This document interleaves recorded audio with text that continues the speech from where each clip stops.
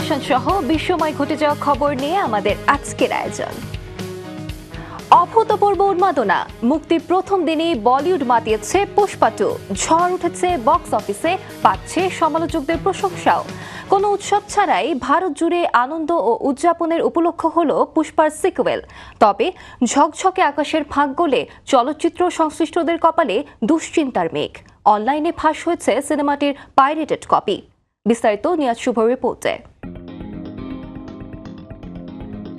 লাল চন্দন কাঠ চোরাচালানকারী দুর্ধর্ষ এক স্মাগলারের গল্পে নির্মিত পুষ্পা 2021 সালে মুক্তির পর ব্যাপক সাফল্য পায়। এবার আরও বেশি বাজেটে পুষ্পা 2 নিয়ে হাজির নির্মাতা সুকুমার। সিনে দুনিয়া কাঁপছে পুষ্পা ঝড়ে। পুষ্পা দ্য রাইজের গল্প যেখানে শেষ হয়েছিল, সেখান থেকেই শুরু পুষ্পা দ্য রুলের যাত্রা, যেখানে চকচকে শার্ট, অলংকার আর নেইল পালিশে সজ্জিত পুষ্পা এক দুর্ধর্ষ স্মাগলার। ধুমধুমার ব্যাকগ্রাউন্ড মিউজিক পুষ্পা 2-র অন্যতম আকর্ষণ। ছোটবেলার মেন্টাল ট্রমাকে বর্তমানের পুষ্পা যেভাবে ধারণ করেছেন, তাতেই বুঝ সিনেপ্রেমীরা। পুষ্পার লম্বা শুটিং শিডিউলে আল্লুকে সবচেয়ে বেশি কষ্ট করতে হয়েছে নারীর গেটআপ নিতে। তার অর্ধনারী সাজের সেই দৃশ্যটিই সবচেয়ে বেশি প্রশংসা পাচ্ছে দর্শকের। প্রথম দিনেই ভারতীয় সিনেমার ইতিহাস বদলে দিয়েছে পুষ্পা 2। মুক্তির শুরুতেই পাইরেটেড কপি ফাঁস হলেও শুধু ভারত থেকেই সিনেমাটির আয় 175 কোটি রুপি। এছাড়াও বিশ্বব্যাপী 282 কোটির বেশি আয় করেছে সিনেমাটি। রাজামৌলির মহাকাব্যিক RRR-কে সিংহাসনচ্যুত করে রাজ্য দখল করেছে পুষ্পা 2। এখন থেকেই পরবর্তী সিকুয়েলের অপেক্ষায় আল্লু ভক্তরা। নিয়াজ শুভ, সময় সংবাদ। কেবল কে পপ নয়, কে ড্রামা নিয়েও পৃথিবীময় এখন ভিন্ন এক উন্মাদনা। বিনোদন প্রেমীদের আলটিমেট গন্তব্য হয়ে উঠেছে কে ড্রামা। আর তাই আসন্ন সব প্রজেক্ট নিয়ে ভক্তদের আগ্রহের কমতি নেই। বছরের শেষ মাসে মুক্তির অপেক্ষায় থাকা একগুচ্ছ সিরিজ নিয়ে আমাদের এবারের আয়োজন। গল্প, অভিনয় দক্ষতা আর নির্মাণ শৈলীতে বর্তমান বিশ্বের অন্যান্য ইন্ডাস্ট্রিকে ছাপিয়ে ক্রমান্বয়ে নিজেদেরকে ভিন্নভাবে পরিচয় করিয়ে দিয়েছে কোরীয় ইন্ডাস্ট্রি।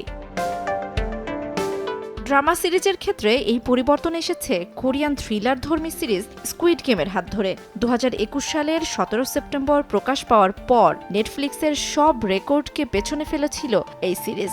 3 বছর পর সিরিজটির দ্বিতীয় কিস্তি আসছে 26 ডিসেম্বর। শুধু স্কুইড গেম নয়, পুরো মাস জুড়ে ভক্তদের কাঙ্ক্ষিত আরও অনেক কোরিয়ান সিরিজ আসতে চলেছে। আগামী 10 ডিসেম্বর মুক্তি পাবে দুই ভাই বোনের কোমল ভালোবাসা নিয়ে নির্মিত টু মাই লোনলি সিস্টার। হা নিউল এবং নো ইউল নামক দুই ভাই বোনের মধ্যকার ভালোবাসা ফুটে উঠেছে সিরিজটিতে। ও মালসুন নামের 70 বছরের এক বৃদ্ধার বয়স হঠাৎ করেই হয়ে যায় 20 বছর। এরপর জীবনের এই সেকেন্ড চান্স উপভোগ করতে থাকেন তিনি। এই সিরিজটি মুক্তি পাবে 18 ডিসেম্বর। কে ড্রামার অন্যতম রসদ রোম্যান্স। চেক ইন হানিয়াং নামের মিষ্টি এক লাভ স্টোরি প্রকাশ পাবে 21 ডিসেম্বর। আর এরপরই মাসের শেষে স্কুইড গেম সিজন 2 চমক। রহস্যময় সার্ভাইভাল গেমে বিজয়ী সিয়ং জি হুন আবারও ফিরবে স্কুইড গেমের নতুন পর্বে। জীবন নিয়ে এই ছেলে খেলার রহস্য উন্মোচিত হবে কিনা সেটাই এখন দেখার বিষয়। জান্নাতুল দোলনা, সময় সংবাদ। জনপ্রিয় টিভি সিরিয়াল সুলতান সুলেমান। অটোমান সাম্রাজ্যের সফল শাসক সুলেমানের স্ত্রী চরিত্র হুররামও এই দেশে কম জনপ্রিয় নয়। হুররামকে অনেকে ভালোবাসেন, আবার অনেকেই তাকে দেখেন বিপজ্জনক এক নারী হিসেবে। কিন্তু বাস্তব জীবনে কে এই হুররাম? কেনই বা সিরিজের মাঝপথ থেকে হারিয়ে গিয়েছিলেন তিনি? সেই খবর জানাচ্ছেন তানভীর হাসান। অটোম্যান সাম্রাজ্য নিয়ে নির্মিত বিশ্বখ্যাত টিভি সিরিয়াল সুলতান সুলেমান বাংলায় ডাবিংয়ের পর যার জনপ্রিয়তা সুনামির মতো আছড়ে পড়েছিল এই দেশেও। 600 বছরের সাম্রাজ্যের অন্যতম সফল শাসক সুলতান সুলেমান, যার অর্ধাঙ্গিনী হুররাম। এই হুররামকে অনেকে ভালোবাসে, আবার অনেকেই তাকে দেখে বিপজ্জনক এক নারী হিসেবে। কিন্তু বাস্তবের এই হুররাম আসলে কেমন? কখনো কি জানতে ইচ্ছে হয়েছে কেনই বা মাঝপথে বদলে গিয়েছিল সুলতান সুলেমানের হুররাম সুলতান? পর্দার হুররামের আসল নাম মেরিয়াম উজারলি, বয়স 40। তিনি জার্মান নাগরিক। জার্মান ছাড়াও তুর্কি ও ইংরেজি ভাষায় সাবলীল এই তারকা। 2010 সালে জার্মান চলচ্চিত্র জার্নি অফ নো রিটার্ন এবং জেচ আবের বাইলে অভিনয় করে পরিচিতি লাভ করেন মেরিয়াম। এরপর 11 সালে ডাক পান সুলতান সুলেমান ধারাবাহিকে। পরিচালকের ডাকে সাড়া দিয়ে পাড়ি জমান তুরস্কে। সেখান থেকে শুরু নতুন এক মেরিয়ামের যাত্রা। টানা 2 বছর হোটেলে থেকেই শুটিং করেন সুলতান সুলেমান সিরিজের। এই ফাঁকে আতেশ নামে এক টার্কিশ নাগরিকের সঙ্গে জড়িয়ে পড়েন প্রেমের সম্পর্কে, হন গর্ভবতীও। কিন্তু হঠাৎ একদিন জানতে পারেন প্রতারণার ফাঁদে পড়েছেন পর্দার সুলতানের স্ত্রী। প্রেমিক আতেশ বিবাহিত, রয়েছে সন্তানও। যেন আকাশ ভেঙে পড়ে সংগ্রামী হুররামের মাথায়। গর্ভবতী জেনে ছেড়ে যান প্রেমিক, ছেদ পড়ে সম্পর্কে। সুলতান সুলেমানের জনপ্রিয়তা যখন তুঙ্গে, ঠিক তখনই সিরিজটিতে আর অভিনয় না করার সিদ্ধান্ত নেন মেরিয়াম। কারণ দুইটি: মাতৃত্ব ও মানসিক অবসাদ। আতেশের শত অনুরোধেও ভালোবাসার টানে রাজি হননি গর্ভপাতে। 2014 সালে কন্যা সন্তানের জন্ম দেন তিনি। শুরু হয় সিঙ্গেল মাদারের যাত্রা, আর সেদিন থেকে পর্দায় হারিয়ে যায় জনপ্রিয় সেই হুররাম সুলতান। তানভীর হাসান, সময় সংবাদ। ব্যালে অন্যরকম এক ধ্রুপদী নৃত্যধারা, যা নিজস্ব স্টাইল ও সুসজ্জিত পরিবেশন কৌশলে বিশ্বব্যাপী অভিজাত একটি জায়গা করে নিয়েছে। দেশ থেকে দেশে ব্যালের নৈপুণ্যের ছোঁয়া ক্রমান্বয়ে লেগেছে বাংলাদেশেও। ধীরে ধীরে চিরায়ত বাংলা নাচের মধ্যে ফিউশন হয়ে প্রবেশ করেছে ব্যালে, রূপ নিয়েছে নতুন এক আঙ্গিকের। মুখের ভাষা যেখানে পথ হারায়, শিল্পের ভাষা সেখানে দেয় নতুন পথের সন্ধান।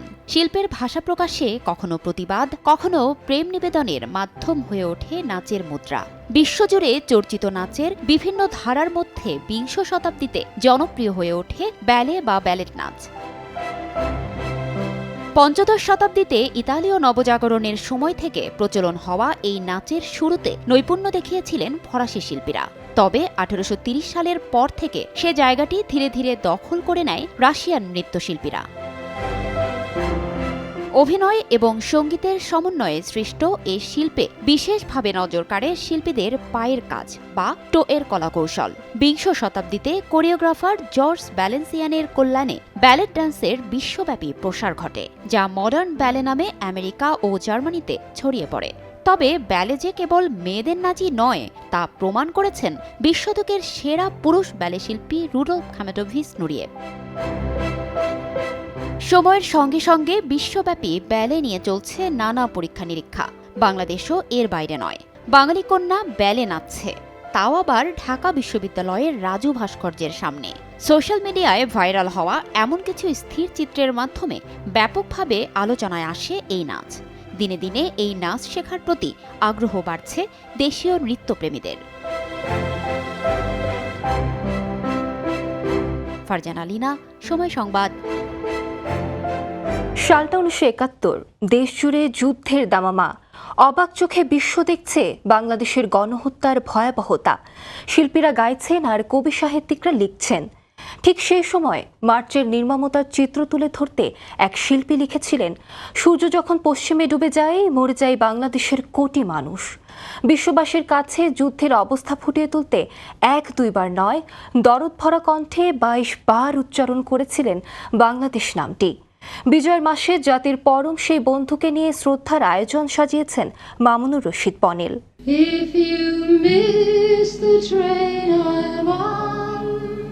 যুগ যুগ ধরে এই কণ্ঠস্বর বিলিয়ে যাচ্ছে প্রেম আর প্রতিবাদের সুর।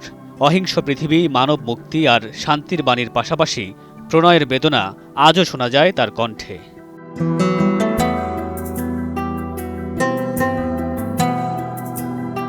1959 সালে এক লোকসঙ্গীত উৎসবে গান গাওয়ার মধ্য দিয়ে শুরু হয়েছিল সঙ্গীত যাত্রা। সেই যে হাতে তুলে নিয়েছিলেন গিটার, তারপর আর থামেননি।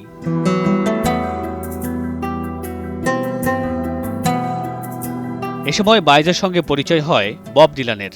বায়েজের কণ্ঠে ডিলানের গান পৌঁছে যায় সর্বস্তরের মানুষের কাছে। দুজনে একসঙ্গে ঘুরে ঘুরে গেয়েছেন গান, জড়িয়েছেন সম্পর্কে।